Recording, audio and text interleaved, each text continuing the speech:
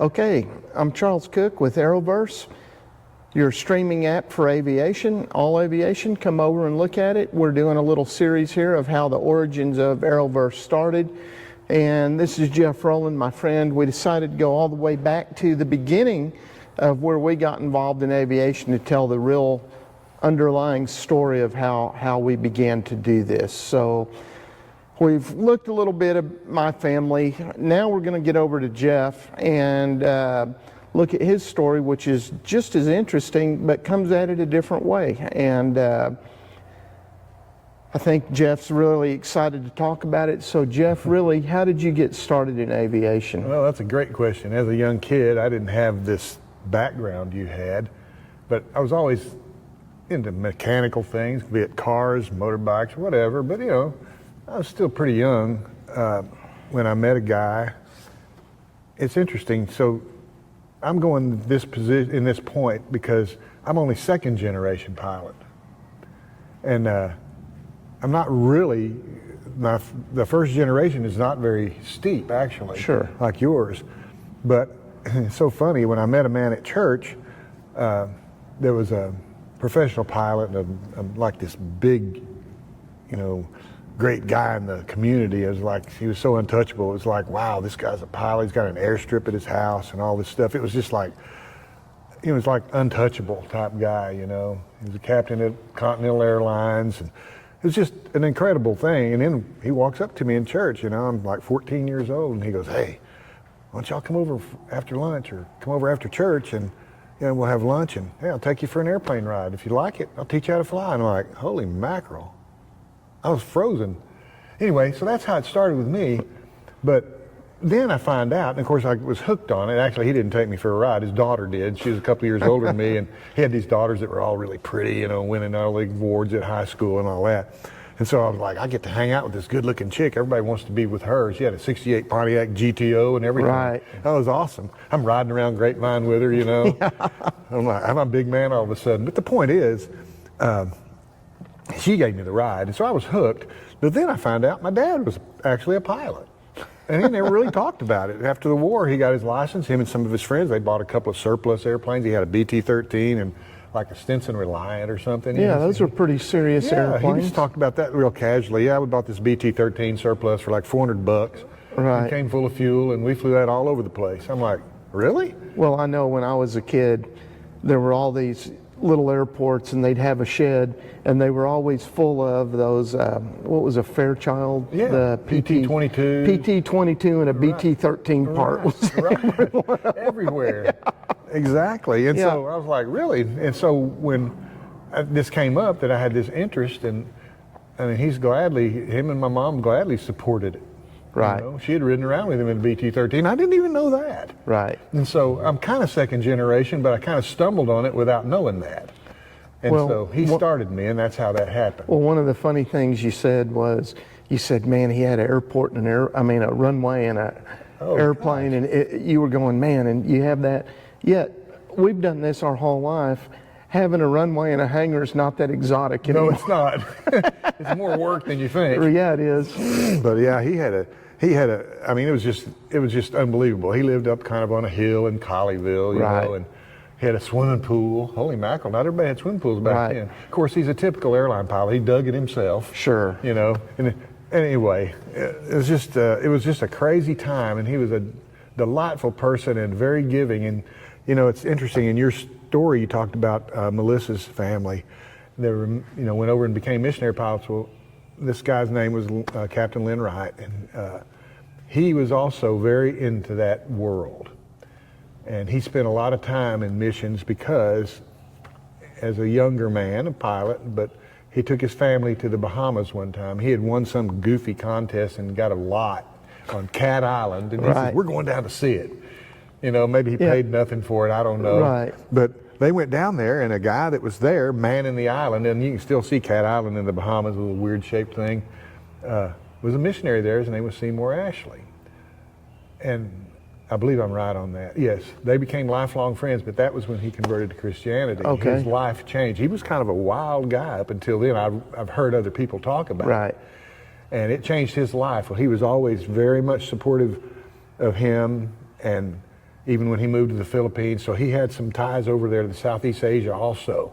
It's really interesting that life in that generation attracted so many people. But he flew to the Bahamas and all. I remember flying to Mexico when I was a kid. We went down there carrying supplies and stayed in this compound of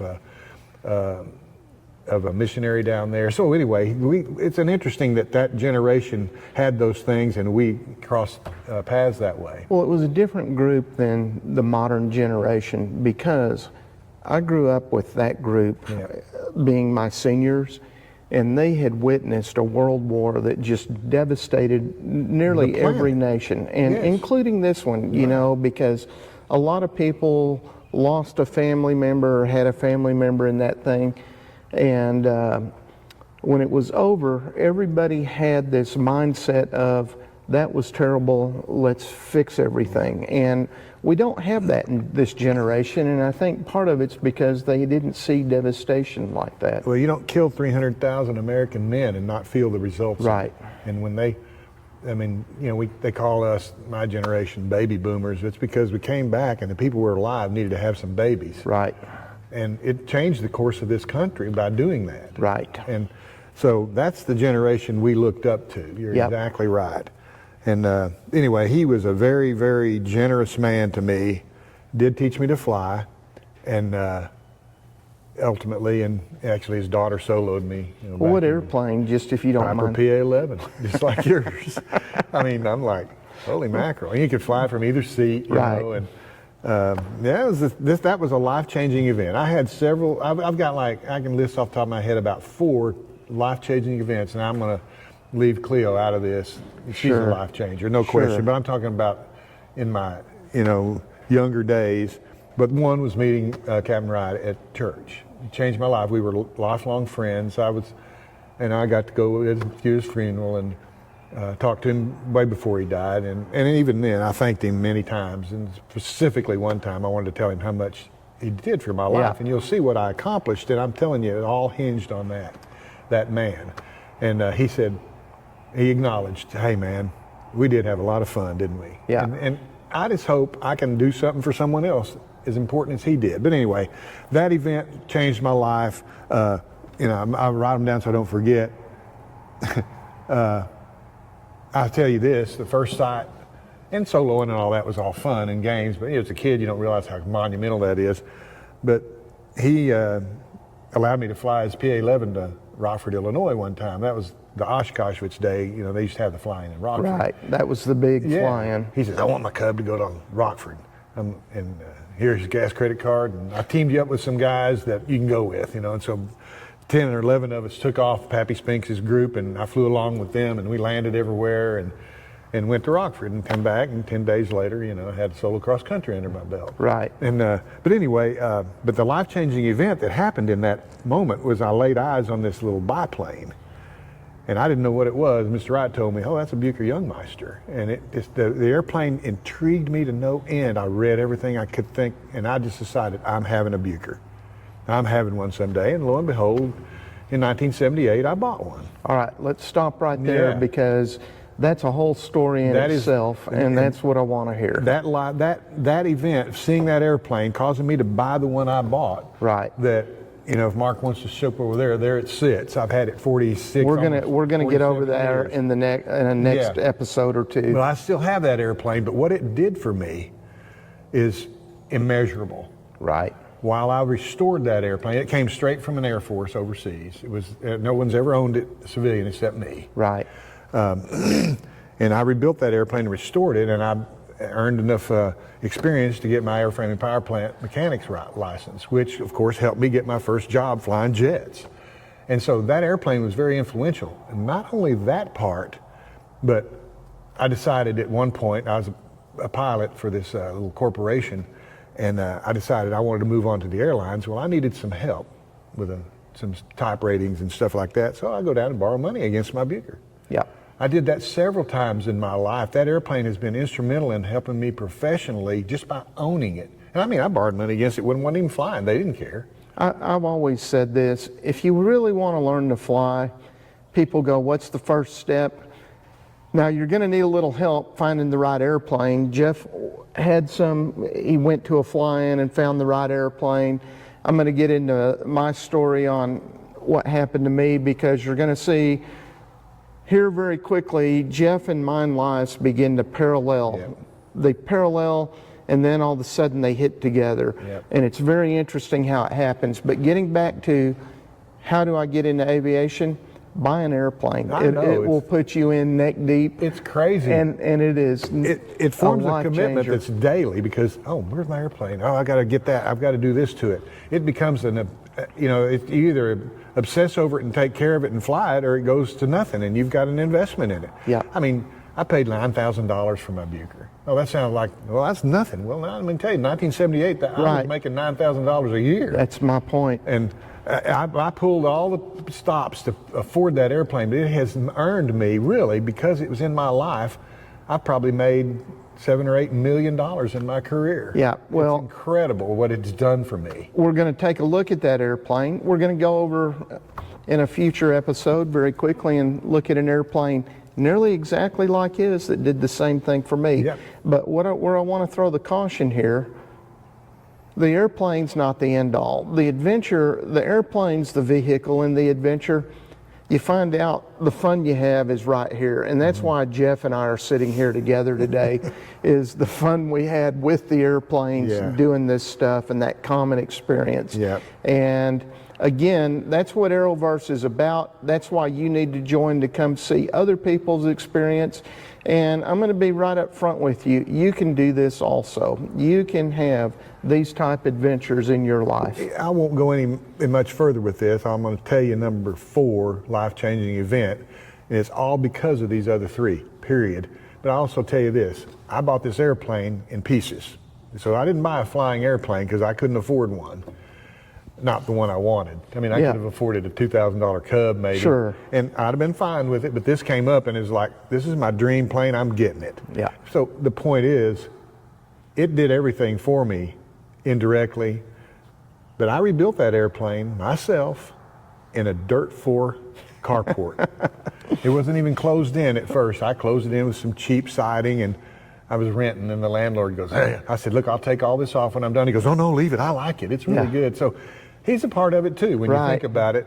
And what I want to tell you is, you don't have to have perfection. I remember talking to Gene Soucy many years ago, and if you're in the aviation world, especially aerobatics, you'll know who he is.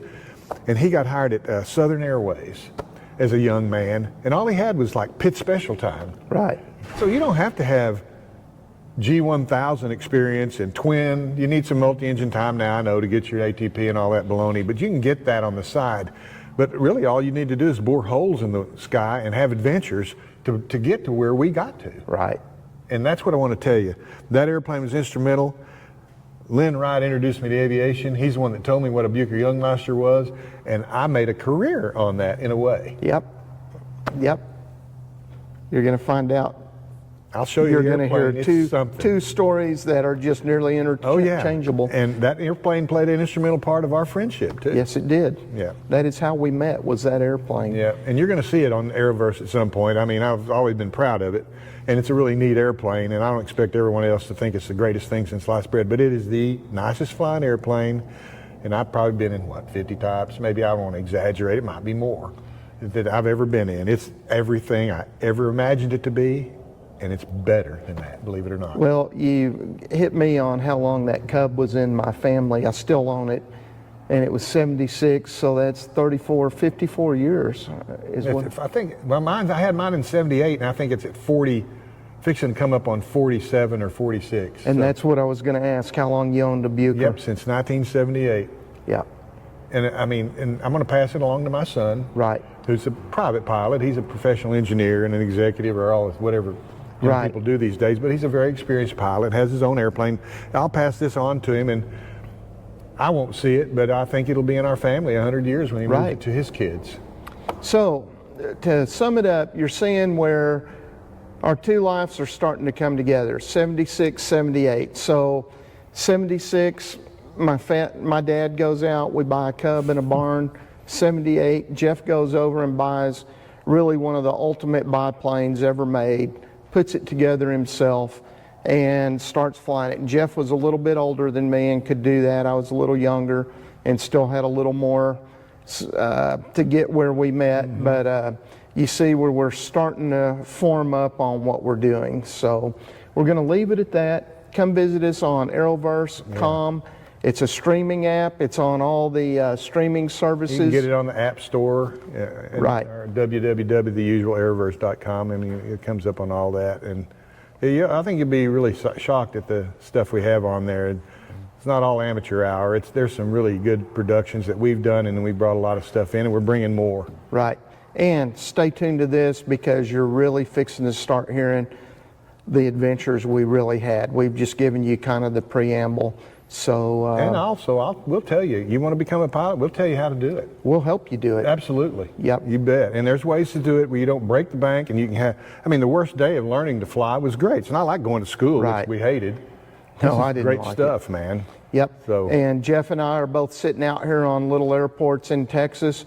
Come by and see us, man, because we will help you join what we're doing. You bet. All right. Thank you. Stay tuned.